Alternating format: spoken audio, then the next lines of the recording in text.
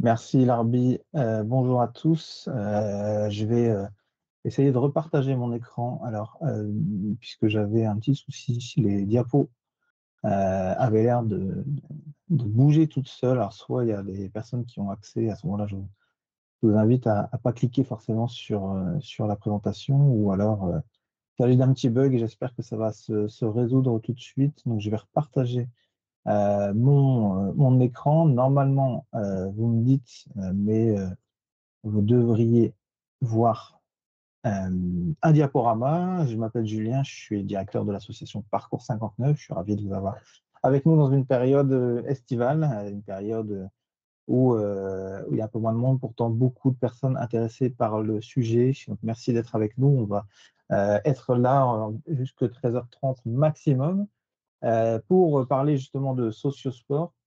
Avant tout, je présente très rapidement l'association Parcours 59. Le webinaire aujourd'hui est permis grâce à un financement de l'Agence nationale du sport sur lequel on a répondu à un appel à manifestation d'intérêt en fin d'année 2024 pour justement en 2025 capitaliser sur tout ce qu'on mène ici au niveau de l'association et le partager au plus grand nombre. C'est pourquoi on invite des intervenants, on crée des outils, des guides, des choses que vous allez pouvoir récupérer à chaque fois. Et on met en place bien sûr des webinaires qui sont disponibles ensuite sur notre chaîne YouTube. Et on a aussi Alexandre, notre podcasteur, qui interviewe suite à un webinaire les différents intervenants sur le sujet. Donc, ces podcasts sont disponibles aussi sur les différentes plateformes de streaming. Le podcast s'appelle P2K, donc P2K, pour ceux qui sont intéressés sur tous les anciens sujets qu'on a pu mettre en place, ou sur le sujet du sociosport, celui qui nous intéresse aujourd'hui. Parcours 59, donc Larbi Liferki est le président et fondateur au final de l'association, avec un groupe de traceurs de Roubaix, donc dans les Hauts-de-France, qui du coup se sont regroupés et ont formé ensemble l'association Parcours 59 en 2009. Donc, l'idée de l'association, c'est de pouvoir démocratiser la pratique du parcours et ses disciplines associées, que ce soit le freerun, la compétition de chess tag ou d'autres disciplines sportives. Et on utilise le sport comme un levier d'inclusion sociale professionnelle. Donc, on a deux pôles de fonctionnement. Un pôle purement sportif, dédié à la pratique, à partir de 3 ans, on va dire, jusqu'à l'âge adulte. Il n'y a pas d'âge maximum pour pouvoir faire pratiquer le sport. Donc, on a environ 400 adhérents à l'année qui s'inscrivent sur nos différents créneaux avec des actions toute l'année. Voilà, on est ouvert du lundi au samedi. Et un pôle dédié à 3 thématiques prioritaires. Donc, le premier, le sociosport, et donc l'insertion sociale par le sport et les sports urbains, notamment par le parcours. Donc, on va intervenir là-dessus aujourd'hui avec Jonathan Descamps, qui est un de nos éducateurs sociosportifs. La question aussi de la mobilité, notamment la mobilité douce. On organise des road trips d'insertion pour les publics. Là, en ce moment, d'ailleurs, un de nos groupes est en direction d'Amsterdam avec des jeunes de Roubaix. Donc, on les fait un peu quitter le quartier. On utilise la mobilité douce et notamment le vélo pour cela. Et un autre volet autour de l'accès, c'est de l'accessibilité pour tous. Puisque notre enjeu, c'est de rendre la pratique, qui a l'air d'être un peu inaccessible pour certains publics, de la rendre accessible à tous. Le programme donc Access Parcours, c'est aussi de l'accueil du public en situation de handicap, seniors. On a déjà fait plusieurs webinaires sur ces sujets et podcasts. N'hésitez pas à vous connecter sur ces différentes plateformes pour pouvoir le voir. On a différents aussi labels nationaux, labels régionaux. On a un club sportif engagé, donc reconnu par France Travail et ses acteurs comme voilà, engagés dans les enjeux de l'insertion sociale et professionnelle via le sport. Des labels de l'économie sociale solidaire. On a aussi notre action qui est reconnue d'intérêt général.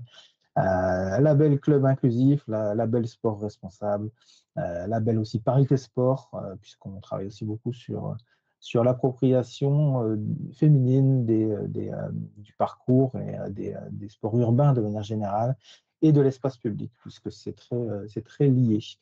Notre objectif aujourd'hui, c'est de parler de sociosport et de qu'est-ce que c'est le sociosport, l'insertion sport, comment est-ce qu'on peut le structurer et l'adapter aux réalités terrain. Et pour ça, on aura 3 interventions, en tout cas 2 intervenants, mais répartis en trois phases.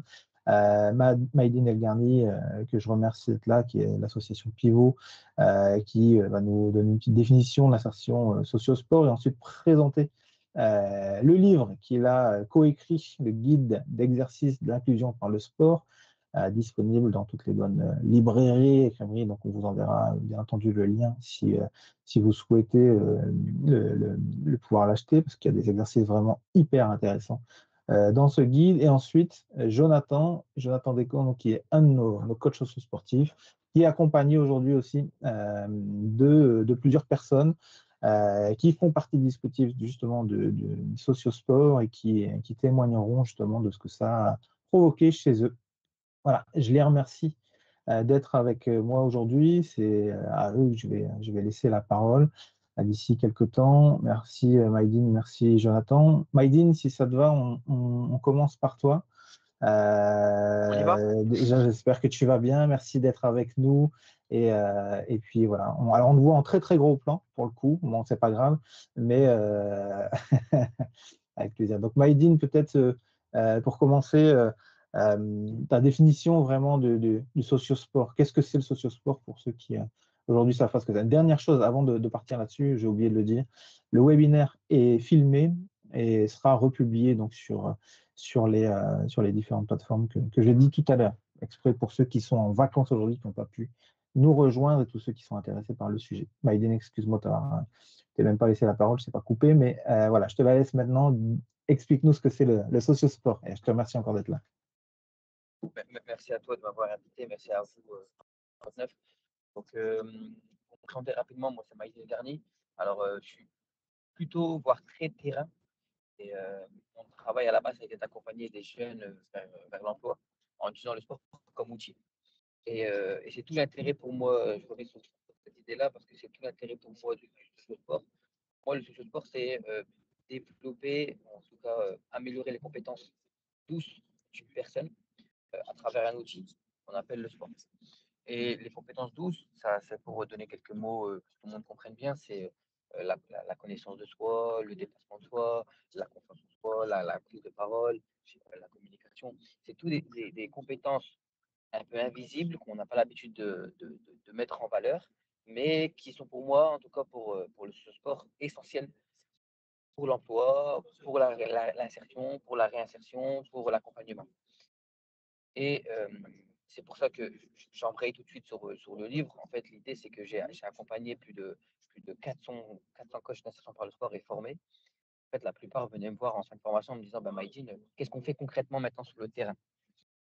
Et c'est là tout l'intérêt du livre, c'est de créer un outil en fait, qui va permettre aux coachs de pouvoir faire du socio-sport et d'avoir une capacité à, à améliorer les compétences douces qu'on parlait juste avant en utilisant le sport. C'est-à-dire que dans le livre, on peut y trouver des grilles d'évaluation qui vont permettre de jauger, en tout cas d'évaluer, de diagnostiquer la personne sur ses compétences. Et c'est ça qui est extraordinaire, c'est-à-dire qu'on a toujours l'habitude de dire oui, mais c'est quelqu'un qui est bon, c'est quelqu'un qui est fort, sur le terrain, il est super fort, il est capable de faire plein de choses, mais on n'est pas capable encore de mettre des mots sur ce pourquoi il est bon. En fait, ce livre, il sert justement à mettre des mots sur ses compétences à la personne qu'on évalue. Il y a plus de 70 exercices dans le livre et le but des exercices, ils sont triés par compétences. Exemple, je donne un exemple très concret, j'ai envie de travailler la communication interpersonnelle. Ben, je vais regarder dans le sommaire, communication interpersonnelle, et puis j'ai une dizaine d'exercices dessus pour essayer d'améliorer les compétences de la personne. En plus de ça, il y a une grille d'évaluation qui va permettre justement d'évaluer cette communication interpersonnelle pour pouvoir avoir un premier état des lieux de la personne sur cette communication-là en particulier. Donc, l'idée, c'était d'aider des coachs, en tout cas les éducateurs sportifs qui sont sur le terrain tous les jours, qui accompagnent des personnes. Et l'idée, c'est de leur donner un peu de matière pour qu'ils puissent justement diagnostiquer, évaluer, et ensuite, pourquoi pas le donner aux partenaires. Je dis une bêtise, mais souvent les clubs aujourd'hui, grâce à ce sport, on est partenaire de France Travail. Mais comment je fais la passe avec mon jeune et France Travail? Ben, ce livre y apporte une première réponse en donnant mon évaluation, mon diagnostic initial sur ses compétences pour que la personne soit accompagnée du mieux possible auprès de France Travail. C'est vraiment tout l'enjeu du livre et tout l'enjeu du sport pour moi. C'est-à-dire que nous, on est là. Je pense aujourd'hui que le club est le dernier espace que les jeunes fréquentent avant l'abandon total. C'est-à-dire qu'il y a un dernier endroit où on peut trouver des jeunes, c'est dans le club de sport. Après, on les trouve. Il y a ce qu'on appelle, dans le jargon, j'aime pas trop le dire, mais un peu un invisible. Et le club, pour moi, il est essentiel. Aujourd'hui, on est de plus en plus sensibilisé à la question de performance sociale, mais il nous manque encore pour moi, aller un peu plus en profondeur sur cette performance sociale. Qu'est-ce que c'est, comment le mettre des mots, comment l'évaluer. Et donc, dans ce livre-là, on y trouve un peu quelques réponses, en tout cas des éléments de réponse pour pouvoir l'utiliser au quotidien. Donc, c'est vraiment un livre à destination des éducateurs sportifs. C'est vraiment un livre qui permet à un moment donné d'aller un peu plus loin que sa propre pratique et de se dire, OK, j'ai envie de les évaluer sur une en particulier, je peux y aller. Ce qui est intéressant aussi, Julien, tu me permets, c'est que c'est pas du tout à contrario avec le sport de haut niveau. Alors, j'ai été sportif de haut niveau pendant plus de 15 ans. Ce qui a été intéressant, ce qui a été un peu essentiel pour moi, c'est que si j'avais un petit caillou dans la chaussure dans mon ascension vers le haut niveau, j'arrêtais.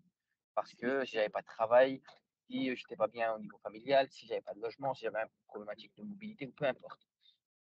Donc, pour moi, le socio-sport, c'est largement en lien avec le sport de haut niveau. C'est pas du tout à contrario. On ne peut pas se dire qu'on est un club de sport de haut niveau ou un club de sport. Non, on peut faire largement les deux. C'est juste qu'à un moment donné, un athlète de haut niveau, il y a peut-être encore d'autres demandes, mais les deux sont en lien pour pouvoir faire évoluer son groupe, évoluer son athlète. Je prends l'exemple d'un coach que j'ai formé sur un club de basket.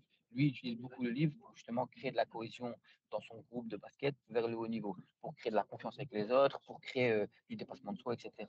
Donc, le haut niveau n'est pas en opposition avec le sport, le socio-sport. Voilà un petit peu, Julien. Je ne sais pas s'il y a d'autres questions sur le livre et puis sur les idées du socio-sport.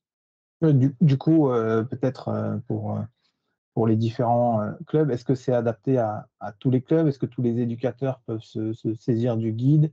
Est-ce que il faut être formé socio-sport ou est-ce qu'au final, toute structure qui accompagne des groupes de jeunes, voire même peut-être encore plus jeunes, parfois, est-ce que c'est adapté? Puisqu'il y a ce rôle un peu éducatif quand même dans le sport d'une manière ou d'une autre. Donc, que les personnes soient bénévoles, qu'elles soient salariées, qu'elles soient j'en sais rien, enfin multiples ou juste passionnés par un sport et souhaitent transmettre des choses, à partir du moment où on transmet des choses à des gens, on fait du socio-sport au final.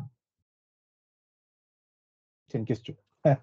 C'est-à-dire que le livre est comme non, mais je suis d'accord avec toi parce que le livre est totalement adapté à tout type de personnes qui sont en lien avec les participants qui veulent développer le sport. C'est-à-dire que nous, on a fait en sorte, je dis nous parce que j'ai écrit le livre avec David Jowar qui n'est pas là aujourd'hui malheureusement, mais l'idée c'était de rendre hyper accessibles les exercices. Donc c'est des exercices assez simples qu'on a un peu remasterisés à notre manière.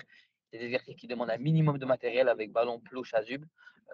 C'est des exercices qui ne demandent pas forcément des grandes compétences d'éducateur sportif. Bon, c'est quand même mieux d'être un minimum éducateur sportif, pour en tout cas d'avoir cette passion du sport. Mais nous, on a rendu le livre hyper accessible pour que ce soit aussi utilisé dans les centres sociaux, dans les CMP. Je dis CMP parce qu'on a fait une expérimentation justement dernièrement avec un CMP pour voir justement l'impact de ce sport sur le médical. Et les résultats ont été extraordinaires, Julien. C'est-à-dire qu'on s'est rendu compte que même des personnes qui étaient atteintes de maladies mentales ont développé ces fameux soft skills, ces fameuses compétences douces à travers le socio-sport. Et ça, c'est extraordinaire. Et c'était des jeunes de 13 ans, 14 ans, donc assez jeunes. Donc le livre est quand même adapté à un large public. Après, ce qui est intéressant aussi dans ce livre, c'est le retour qu'on a eu de tous nos lecteurs, c'est que tu alimentes une certaine créativité au coach pour qu'il puisse demain se saisir des exercices et après de créer ses propres exercices sous ce sport. C'est-à-dire que nous, dans le livre, on donne, en tout cas, on partage notre méthodologie pour créer ses propres exercices de ce sport. C'est-à-dire qu'une fois que j'ai pris en main le livre et que j'ai réussi à l'utiliser, je peux demain transformer mes propres exercices que je fais au quotidien pour mettre un peu une coloration sur ce sport et que je peux ensuite mettre à ma sauce. Et en plus de ça, nous, on propose dans le livre un diagnostic pour l'éducateur sportif. C'est-à-dire que pour la personne qui lit, on lui propose un premier diagnostic dès le début pour qu'il puisse s'auto-évaluer et voir un peu son niveau de lecture par rapport au livre. On estime qu'en fonction de son auto-évaluation, il y a un certain niveau de lecture à avoir. Voilà un petit peu, Julien. Merci. Tout à l'heure, tu parlais du lien avec France Travail, puisque le sociosport est plutôt utilisé de manière à valoriser et à prendre conscience des soft skills qui sont au final transférables, c'est ça, dans le monde du travail. Quel lien du coup avec France Travail? Pourquoi tu parlais de ça tout à l'heure? Le sociosport aujourd'hui, en gros, c'est un vrai outil d'insertion sociale professionnelle reconnu en France par France Travail et pour les services publics de l'emploi.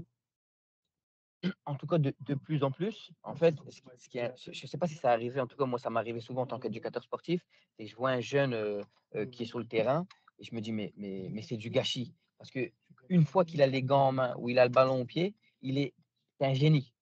Il est capable de faire des choses extraordinaires. Mais une fois qu'il a quitté le terrain, ben, bizarrement, ben, il retourne un peu dans ses bêtises. L'idée, c'est de pouvoir faire ce parallèle, ce pont.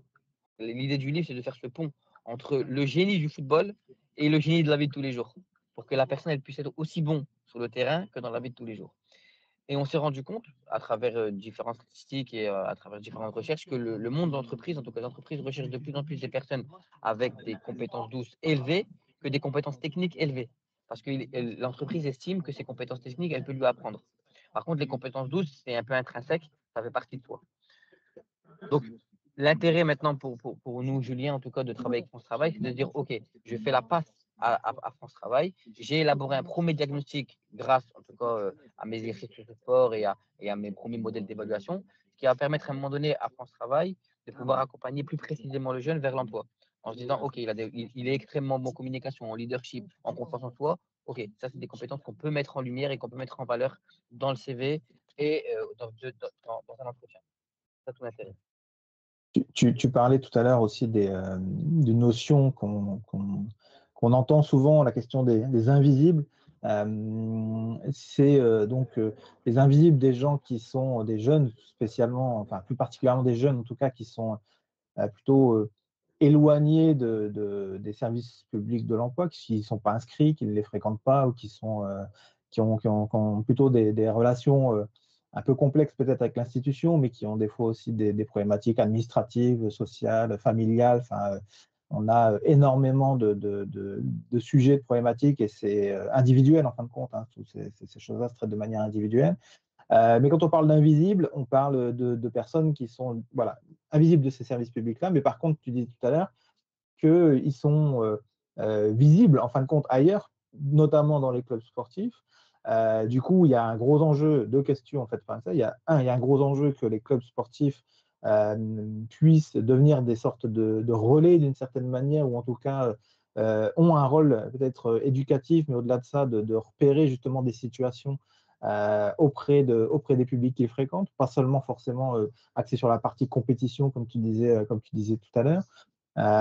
Et deuxième question, invisible, parce que parfois peut-être que les jeunes ne fréquentent pas les clubs, mais peut-être qu'ils sont visibles sur d'autres espaces, l'espace public, le quartier, certaines places, etc. Est-ce que le sociosport, du coup, c'est aussi un vrai moyen de capter ce public-là, justement pour les ramener à fréquenter le club et à travailler justement sur ces compétences transférables, tout ça. Est-ce que toi, tu as des exemples de ça ou clairement le sociosport, c'est aussi un vrai levier à ce niveau-là? Ben, encore une fois, on est sur la même lignée parce que je disais tout à l'heure que le club, c'est le dernier endroit où les jeunes fréquentent avant de disparaître un petit peu du Mmh. circuit. Le club a une aura. En fait, parce que déjà, c'est du volontariat. Parce que le jeune, il vient parce il a envie. Et je veux faire du sport, donc je vais dans le club de sport. Et puis surtout, et je vais revenir vraiment sur ce sujet-là qui est primordial, et c'est pour ça que ce livre-là, il sert essentiellement au coach, parce que c'est l'aura du coach. Le coach, pour moi, il a une faculté, il a un lien particulier avec le jeune, il est capable de créer un lien qui va permettre à un moment donné de créer une relation de confiance avec le jeune pour qu'il puisse l'accompagner au mieux et d'avoir des informations que les services publics de l'emploi, des fois, n'ont pas, ou que d'autres personnes qui l'accompagnent n'ont pas. C'est-à-dire que le coach est en capacité de creuser en profondeur avec le jeune. Et, et je vais prendre mon cas à moi, c'est-à-dire que j'ai des fois rencontré des difficultés dans ma vie. La première personne qui l'a repéré avant mes parents, ça a été mon coach. Parce que je passe énormément de temps avec lui, on a créé un lien, on a créé une relation. qui lui permet à un moment donné de voir dans mes performances ou dans ma capacité à réagir avec les autres des points qui vont lui permettre de dire, OK, il y a un problème. Et c'est là tout l'intérêt pour moi du socio-sport. Le socio-sport, il peut être fait, en tout cas avec cette aura de coach, Mhm. cette aura d'éducateur sportif. Parce qu'on n'est pas derrière un bureau à faire un face-à-face et mettre en pression le jeune, etc. Là, l'idée du coach, c'est de, allez, bah, viens, on va boire un verre, viens, on fait une séance de sport. Ça crée tout de suite un lien. Ça va permettre à un moment donné d'avoir un accompagnement de qualité et aller beaucoup plus en profondeur pour aller chercher justement toutes ces questions que tu disais de mobilité, etc. Deuxième force du coach, et je reviens sur la deuxième question, c'est un peu la question du aller vers. Le socio-sport, c'est aussi une force pour aller pour aller vers du aller vers, parce que grâce à cette force, grâce à cette aura, le coach est reconnu dans le quartier. Un club de sport, c'est pas juste un espace, hein, c'est un environnement. L'association, le club de sport, il a une emprise bien plus que ces 400 adhérents. Tu disais tout à l'heure parcours à 400 adhérents, mais moi, je ne vois pas 400 adhérents, je vois déjà 400 familles, plus les amis de la famille, plus ceux qui sont autour et qui gravitent autour du club. Donc, en fait, la force d'impact d'un club, elle est multipliée par 2, 3, voire 4 par rapport à son nombre d'adhérents.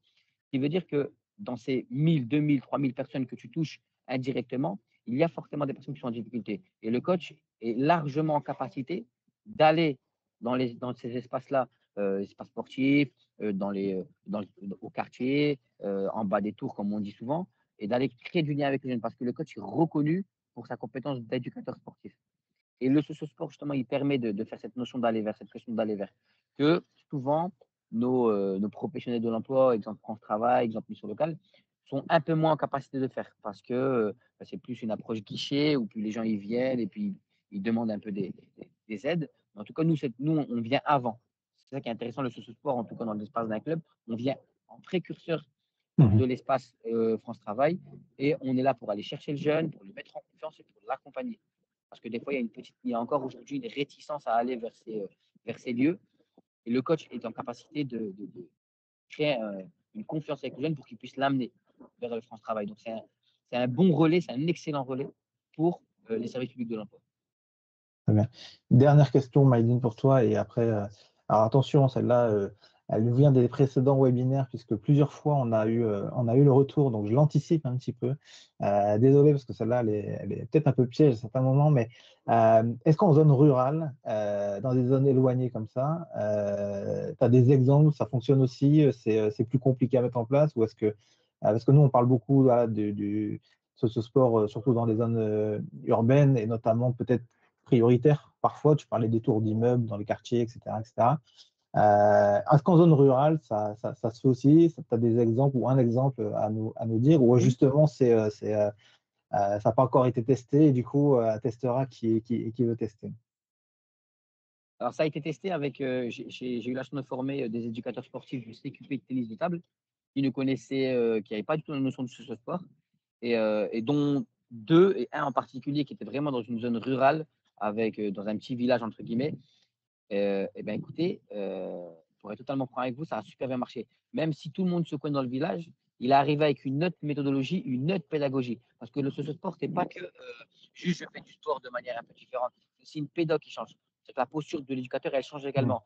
C'est-à-dire qu'il y a plein de choses qui changent. Et donc, cette pédagogie, cette méthodologie-là, lui a permis d'aller chercher des informations sur des jeunes qu'il connaît depuis 10 ans, mais des informations encore différentes, des choses plus profondes, des fois des problèmes un peu plus techniques. Donc, ça marche. Je pense que ce n'est pas un problème d'environnement, que ce sport, c'est juste une question d'humain. C'est-à-dire que l'éducateur sportif, il met au centre de sa pédagogie, au centre de sa méthodologie, l'humain. Et c'est ça qui marche dans ce sport et c'est ça qui est intéressant. Après qu'on soit j'ai été en Guyane également faire moi des formations autour du ce sport, ça a marché, qui est encore un autre type d'environnement. Donc, peu importe le lieu, j'ai l'impression que après, j'ai pas été partout dans le monde, hein, Julien, mais peu importe le lieu où on est, c'est vraiment l'humain pour moi qui est au centre qui compte. Ok, super. Merci beaucoup, Maïdine, pour ton intervention. Je te laisse avec nous pour les prochaines questions, s'il y en a, notamment Avec des plaisir. personnes qui sont parmi nous. Jonathan, t'es pas venu seul. Je sais autour de toi, il y a d'autres personnes, il y a des témoignages qui ont lieu dans le temps. Tu es coach socio-sportif ici à Parcours 59 depuis novembre. Déjà, peut-être Pour revenir un petit peu sur ce qu'a pu dire Maïdine, qu'est-ce que tu en penses, toi? Comment est-ce que tu mets en application concrètement le sociosport? Qu'est-ce que c'est pour toi le sociosport aussi et comment tu le mets en place ici au niveau de Parcours 59? Est-ce que vous m'entendez pour commencer? Oui, très Parfait, bien. super. Du coup, merci Julien pour ce temps de parole. Alors, je vais commencer par me présenter. Donc, effectivement, moi, je suis coach d'insertion par le sport pour l'association Parcours 59 depuis un peu moins d'un an maintenant. Donc, je m'appelle Jonathan Descamps et effectivement, aujourd'hui, je suis accompagné d'une équipe, je dirais, parce qu'ils sont trois jeunes qui ont bénéficié de nos programmes d'accompagnement et qui auront du coup l'occasion de témoigner un peu plus tard en se présentant et ensuite en parlant un petit peu de leur parcours et en donnant plus de détails sur ce que le sociosport ou l'insertion par le sport de manière plus générale a pu leur apporter à travers leur projet professionnel.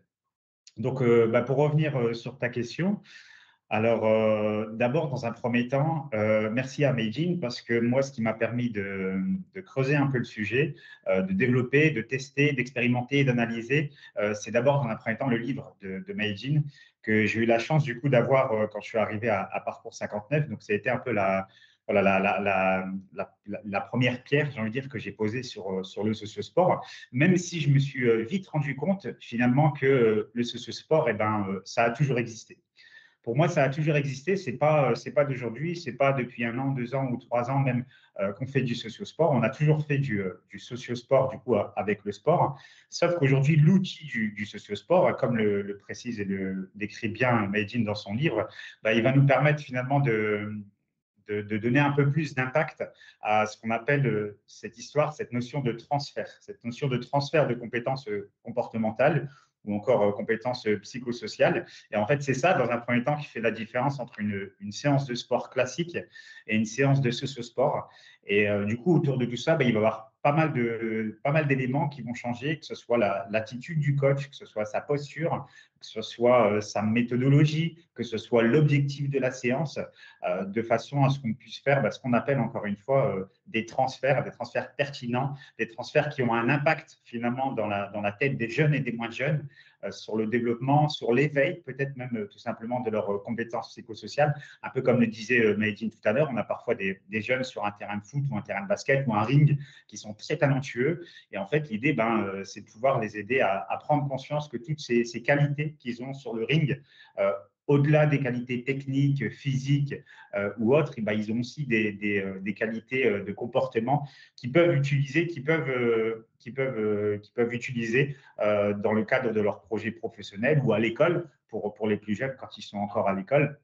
Donc, au final, ce sport, c'est simplement un réel outil, j'ai envie de dire, éducatif, d'où la différence avec la posture de coach plutôt classique, qui va être concentré davantage sur des objectifs sportifs de compétition, où le sociosport et le coach de sociosport, du coup, va devoir plutôt lui définir des objectifs de comportement. Et donc, moi, j'ai eu la chance, donc, du coup, à Parcours 59, de tester pas mal de choses, encore une fois, à partir du livre de Meijin. Et en fait, c'est là que je me suis rendu compte qu'il fallait, même si ce sport existait depuis longtemps, qu'il fallait quand même formaliser un petit peu cette méthodologie et cette approche qu'on a, de façon, encore une fois, à ce que ce transfert de compétences et ce qu'on cherche à développer ait beaucoup plus d'impact auprès des jeunes. Voilà le premier, on va dire, premier aperçu que je me suis fait du socio-sport en arrivant à Parcours 59. Très bien. Avant de passer au témoignage, peut-être une autre question, Jonathan. Aujourd'hui, il y a une dynamique d'éducateurs socio-sportifs qui est en train de se lancer avec la DRAGES, donc la Direction Générale Académique de la Jeunesse et des Sports, à laquelle tu participes, bien entendu. Il y a une cinquantaine de personnes dans les Hauts-de-France qui sont concernées. Au niveau national, je pense qu'ils sont environ 700 à être aujourd'hui éducateurs sociosportifs.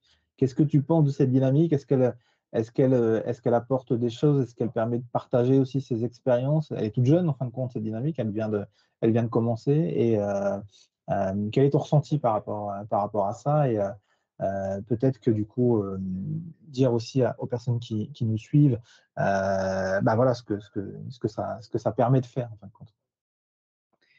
parce qu'on parle des open badges aussi, on a parlé aussi de ces dynamiques-là de valorisation aussi des compétences des éducateurs socio-sportifs. Ouais, c'est ça. Et ben, du coup, je vais rebondir un petit peu sur des choses que j'ai déjà dites, mais enfin, l'objectif déjà de cette dynamique, c'est un peu aujourd'hui de construire, d'identifier même aussi finalement les compétences qui sont nécessaires ou la formation qui est nécessaire aux éducateurs sportifs pour qu'ils puissent avoir cette notion de socio-sport. Et la différence, une fois de plus, ça va vraiment dans la posture de l'accompagnement, le côté un peu observateur qui va sortir encore une fois du regard un peu plus compétiteur et donc du coup du traditionnel coach qui a plutôt tendance à observer, évaluer uniquement un aspect technique ou physique, alors que là, on va être dans une posture, on va avoir un peu plus de recul, on va avoir tendance à plutôt observer autre chose. Et ça demande déjà pas mal d'efforts. J'ai envie de dire, parce que n'importe quel éducateur sportif classique, et c'est ce qu'il apprend à l'école d'ailleurs, on lui demande d'évaluer, d'analyser, encore une fois, un aspect plutôt technique, physique, alors que là, l'idée, c'est plutôt d'observer tout ce qui se passe un petit peu au niveau du comportement, tout ce qui se passe dans la tête, les réactions du joueur, etc., pour évaluer, analyser voilà, des compétences qu'on cherche à développer. Et ce que j'ai, pour répondre peut-être plus concrètement à ta question, cette dynamique, en fait, elle a aussi pour intérêt, tout à l'heure, je parlais de l'utilité du socio-sport quant à l'éveil des jeunes sur leurs compétences comportementales. Je pense que cette dynamique-là des coachs d'insertion par le sport, elle a aussi cet intérêt, finalement, d'éveiller aussi la conscience des éducateurs sportifs sur leur rôle plus éducatif, plutôt que encore une fois, dans un rôle de coach un peu compétiteur. Donc, ces 50 emplois sportifs qui étaient représentés lors de ces événements, ils ont développé chacun de leur côté, je dirais, dans leur sport, dans leur spécialité, des exercices, des choses qui sont hyper intéressantes. Et en fait, aujourd'hui, l'idée, c'est de se partager un petit peu l'analyse et le regard de chacun pour essayer, une fois de plus, de formaliser et de concrétiser un petit peu, du coup, cette méthodologie autour du socio-sport. Ok. Donc, il y a aussi la prise de conscience aussi des éducateurs sportifs de leurs compétences socio-sportives d'une certaine manière et du fait qu'ils transfèrent aussi, en fin de compte, tout ça aux jeunes. Donc, c'est assez drôle de voir que le socio-sport, enfin, ce que vous vivez, c'est d'une certaine manière ce que vous essayez de transmettre aussi aux jeunes via les pratiques et les exercices socio-sportifs. Merci Jonathan. Peut-être que je vais te laisser la parole, en tout cas aussi aux personnes que tu as réunies aujourd'hui autour de toi, justement pour quelques témoignages, en fin de compte, du concret, qui est à tes côtés, Jonathan, et qui sont-ils, quels sont leurs profils, et puis peut-être leur laisser la parole justement pour dire qu'est-ce que au final le programme aujourd'hui d'insertion socio-sport à parcours a permis voilà, de développer chez eux en termes de compétences, en termes de soft skills, comme on parle depuis tout à l'heure, ou voire même d'emploi pour certains qui sont autour de la table. Alors, ces 3 jeunes qui m'accompagnent aujourd'hui, donc comme je disais tout à l'heure, c'est des jeunes qui ont bénéficié donc, du coup, de notre programme d'accompagnement, d'insertion par le sport. Donc, j'ai avec moi Maxime, j'ai avec moi Kathleen et j'ai avec moi Élise. Et du coup, un peu comme tu me le demandes, je vais tout simplement les laisser se présenter, peut-être un à un, et après, peut-être, pour éviter que ça parte dans tous les sens, leur poser 2-3 questions à laquelle ils pourront répondre aussi chacun leur tour. Donc, dans un premier temps, ils vont se présenter en quelques mots. Qui ils sont et peut-être pourquoi ils ont poussé les portes de parcours ou comment ils ont poussé les portes de parcours. Voilà, je laisse d'abord, donc du coup, dans un premier temps, la parole à Maxime. Bonjour, je m'appelle Maxime Molin, j'ai 22 ans. J'ai découvert Parcours 59 grâce à un salon militaire qui s'est déroulé ici même il y a environ 2 mois. Suite à ça, j'ai proposé à Jonathan de prendre en charge mon entraînement pour l'armée de terre, pour intégrer justement l'armée de terre par la suite. Top. Merci Maxime. Hop. Bonjour, je m'appelle Kathleen, j'ai 26 ans, j'ai connu Parcours 59 car mes filles font du parcours ici. J'ai poussé les portes de parcours pour, donc, juste après ma formation, où je voulais, j'ai changé totalement de projet. Je veux rentrer en ce moment même dans la police et donc j'ai pu acquérir certaines compétences grâce à Parcours. Voilà. Merci. Bonjour, moi donc du coup c'est Élise. J'ai 22 ans et moi j'ai été à Parcours il y a de ça un long moment, mais j'ai été accompagnée par la suite aussi dans mes projets en fait. Ils prennent régulièrement des nouvelles de comment se goupillent les choses. Et donc du coup moi je suis devenue sapeur-pompier volontaire. Et donc Parcours en fait m'a permis vraiment de me considérer mes valeurs et de mettre en avant en fait mes valeurs, mes compétences et de m'aider à associer ça à un métier qui me plaît en fait. Et, euh, et du coup, ça m'a permis aussi de reprendre confiance en moi. Et ça a été une expérience vraiment top pour moi, vraiment. Bien, merci Élise. Alors du coup, je me permets de reprendre la parole juste pour les guider et les orienter vers la prochaine question, même si finalement, sans même demander, on a déjà une partie des réponses. Et c'est top, je te remercie encore du coup, Élise. Du coup, je vais redonner la parole à Max. Et Max, simplement, dis-nous un peu ce que tu as apporté de manière concrète, Parcours à travers l'accompagnement. En quoi consistait ton accompagnement? Qu'est-ce que tu as vécu et quels sont les bénéfices dont tu en as tiré?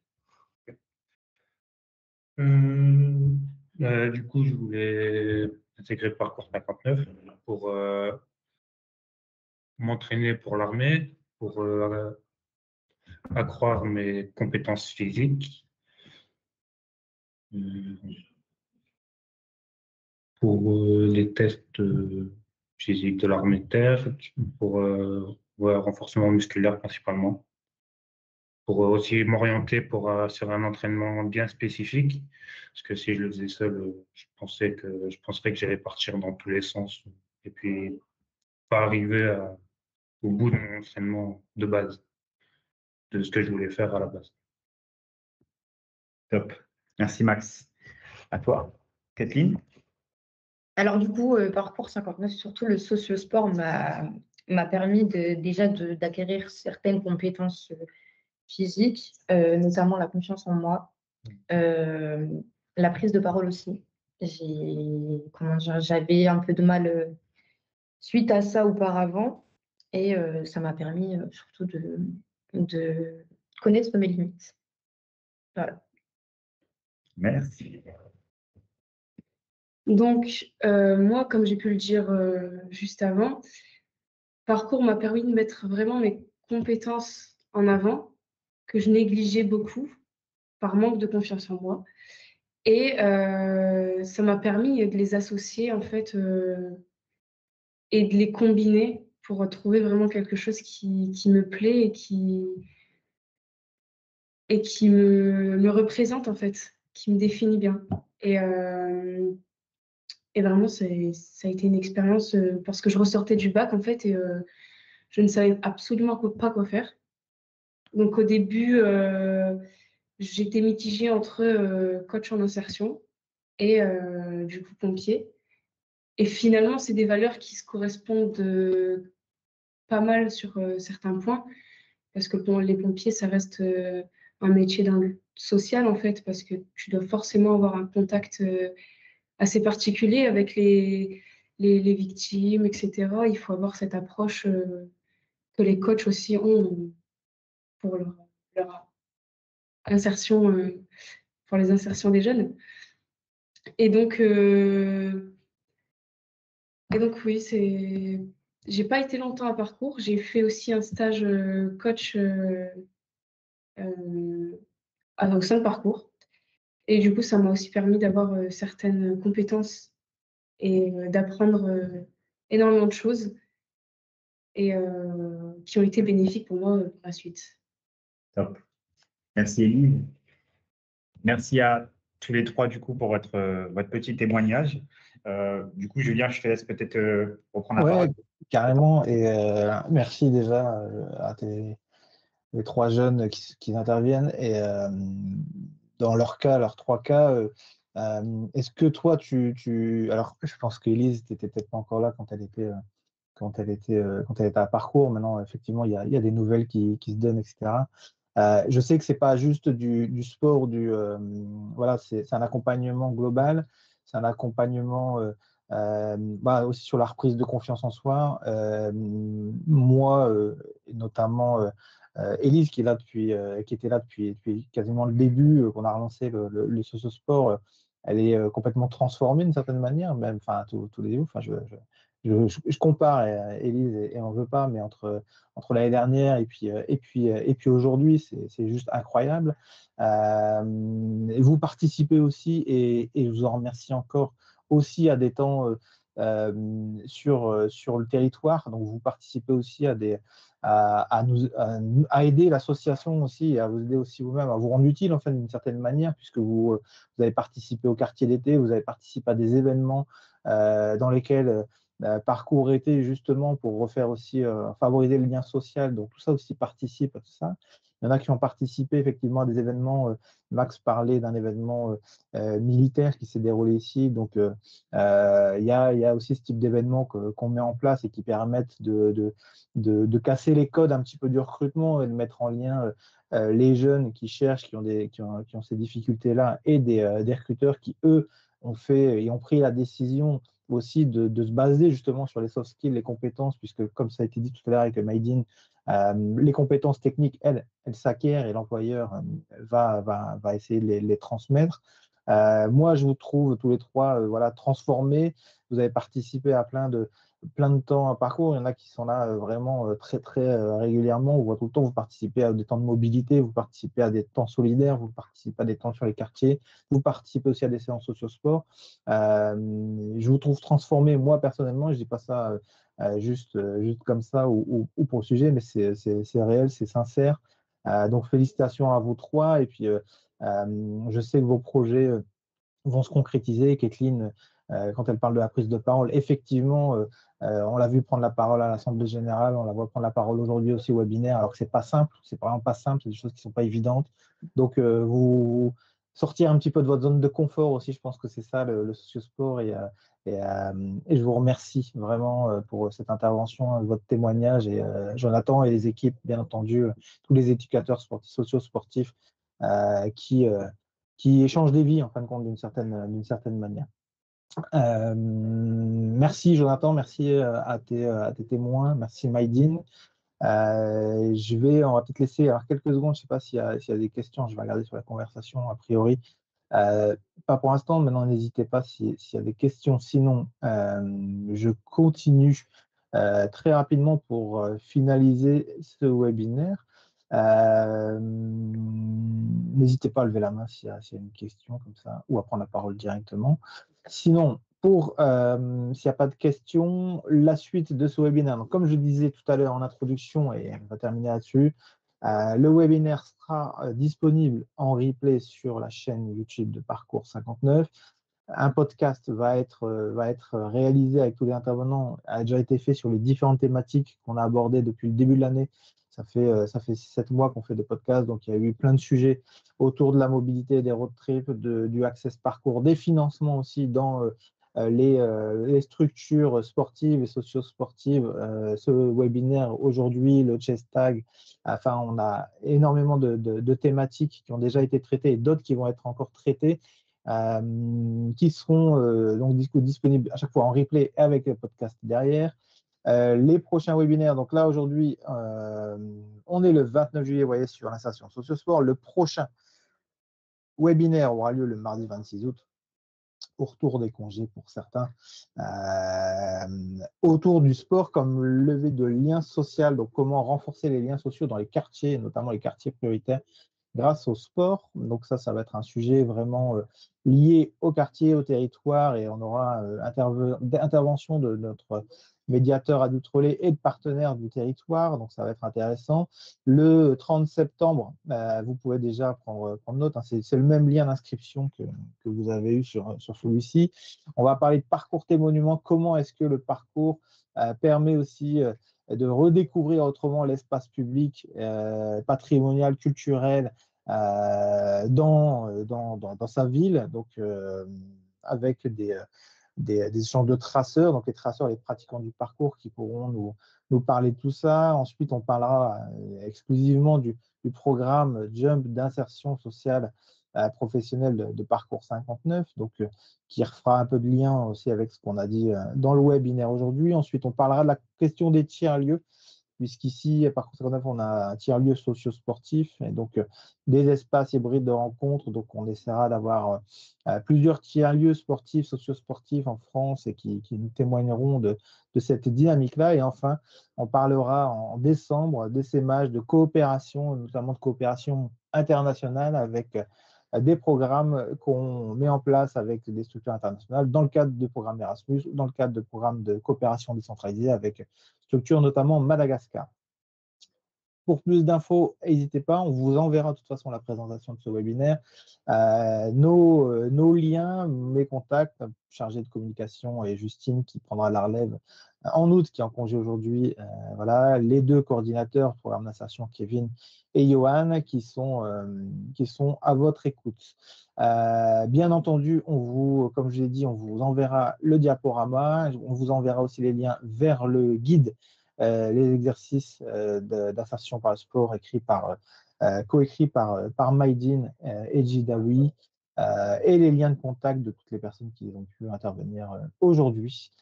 S'il n'y a pas de questions, je vais rechecker une dernière fois. Non, pas de questions, ça a été très clair. Merci pour vos messages. Et voilà, je me permets de conclure du coup ce webinaire sur ce sport. Merci Jonathan, merci Maïdine, merci à tous ceux qui ont participé. Merci aux témoins. Et puis, on vous souhaite une très, très, très belle journée, très bonnes vacances si vous n'êtes pas encore allés. Ça va être bientôt votre tour. Et voilà, à très bientôt. Merci, au revoir.